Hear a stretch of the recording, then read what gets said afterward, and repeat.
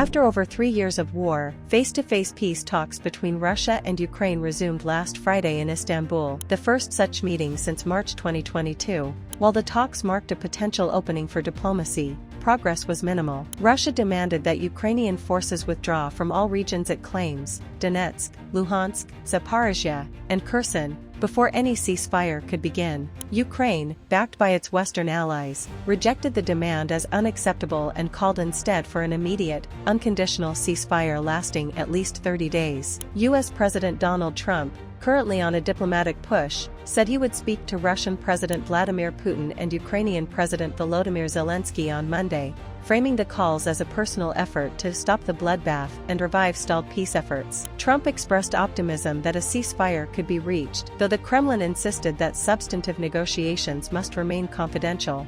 Meanwhile, Trump's overtures, including a proposed summit in Turkey, have been met with cautious interest by Moscow and skepticism by European leaders. The weekend was marred by renewed violence. Russian drone attacks killed 9 civilians in Sumy and a woman in Kiev's Obukiv district, injuring others including a child. Ukraine labeled the strikes as deliberate civilian targeting, while Russia maintained they were aimed at military sites.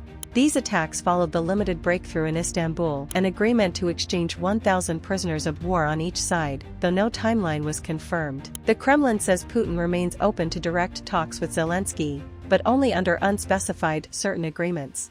Ukraine continues to rally support for tougher sanctions on Moscow, with the EU preparing a new package. However, there is growing concern over how much more sanctions can realistically pressure Russia, given their diminishing returns after years of escalation.